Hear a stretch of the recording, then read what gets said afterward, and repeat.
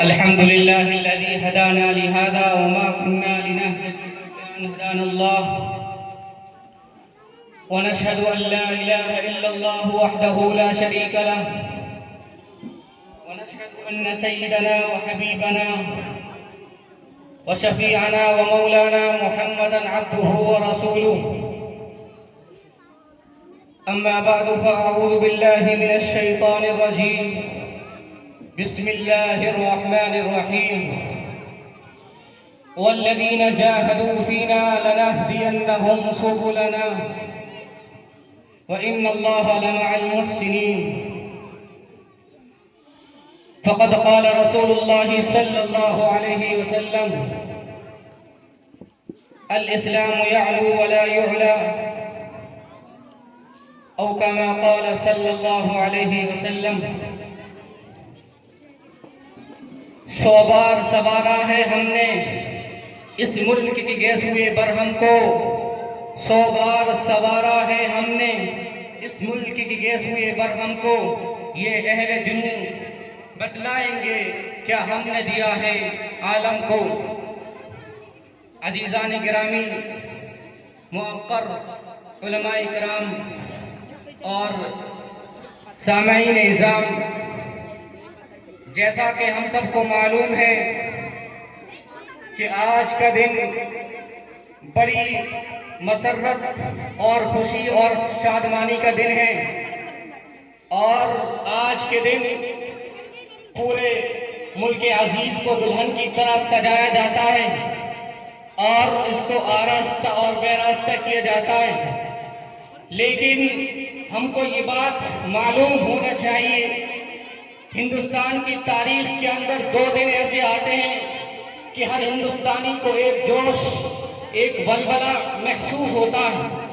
ان میں سے ایک 15 اگست اور دوسرا 26 جنوری ہے. یہ 2 دن اپنے آپ میں ایک الگ پہچان رکھتے ہیں، ایک الگ شان رکھتے ہیں. 15 اگست 1947 کو ہمارا یہ ملک انگریزوں کی غلامی سے اور انگریزوں کے چنگل سے آزاد ہو جاتا ہے، اور اس کے بعد میں 1950 کو 26 جنوری میں ہمارے اس ملک کا ایک آئین، ایک قانون اور ایک سنویدھان بنتا ہے. چنانچہ علماء کرام کو یہ بات کی فکر لاحق ہوئی کہ ملک آزاد تو ہو چکا ہے، لیکن اب اس ملک کو چلانا کیسے ہے. چنانچہ ایک پارلیمانی کمیٹی تشکیل دی گئی. چنانچہ اس پروگرام کو، اس سنویدھان کو لکھنے میں تقریباً 2 سال، اسی طریقے سے 11 مہینے اور 18 دن لگے ہیں. اور آج بھی یہ سنویدھان کے لکھنے والے، جن کا نام ڈاکٹر بھیم راؤ امبیڈکر بھی ہیں، اسی طریقے سے وہ نظام پورے کا پورا آج بھی پارلیمنٹ کے اندر موجود ہے. لیکن اگر ہم کسی بچے سے، خواہ وہ اسکول کا طالب علم ہو، اسی طریقے سے خواہ وہ اور کوئی بچہ ہو، اگر ہم اس سے معلوم کرتے ہیں کہ ہندوستان کو آزاد کرانے والے کون لوگ تھے، ہندوستان کو غلامی کی زنجیر سے نکالنے والے کون لوگ تھے، تو ہر کس و ناکس، ہر چھوٹا سے چھوٹا بچہ یہ جواب دیتا ہے کہ گاندھی اور نہرو، اسی طریقے سے موتی لال تھے. لیکن میں ان کا انکار نہیں کر رہا ہوں، میں ان کی نفی نہیں کر رہا ہوں، لیکن ان سے پہلے حضرات علماء کرام تھے جنہوں نے اپنی جانوں کا نذرانہ پیش کیا ہے، اور اپنی جانوں کا نذرانہ پیش کیا ہے اور اپنی قربانیاں پیش کی ہیں. ہندوستان میں سب سے زیادہ اگر کسی نے قربانیاں پیش کی ہیں وہ علماء کرام ہیں. بانی دارالعلوم حجت الاسلام حضرت مولانا قاسم نانوتوی علیہ الرحمہ، انہوں نے تو کس قدر قربانی پیش کی ہیں. اسی طریقے سے اپنوں کی غداری کی وجہ سے کچھ ایسی حالت بن جاتی ہے اور کچھ ایسی سچویشن بن جاتی ہے کہ جس کی وجہ سے ہم لوگوں کو ناکامی کا سامنا کرنا پڑتا ہے. یاد رکھیے، جو لوگ اپنے اکابر و اسلاف کی تاریخ سے ناواقف ہوتے ہیں اور نا آشنا ہوتے ہیں، اور ان کو یہ معلوم تک نہیں ہوتا کہ ہمارے اکابر و اسلاف نے ملک ہندوستان کی خاطر کیا کیا قربانی پیش کی ہیں، وہ قوم کبھی ترقی نہیں کر سکتی. چنانچہ 1799 کے اندر اپنوں کی غداری کی وجہ سے حضرت سلطان ٹیپو شہید رحمت اللہ علیہ کو انتقال ہو جاتا ہے اور وصال ہو جاتا ہے. لیکن انگریز کی اتنی ہمت نہیں تھی کہ اس سے پہلے حضرت شاہ صاحب رحمۃ اللہ علیہ کے انتقال سے پہلے کہ ان کی ہمت کر سکے اور جرأت کر سکے.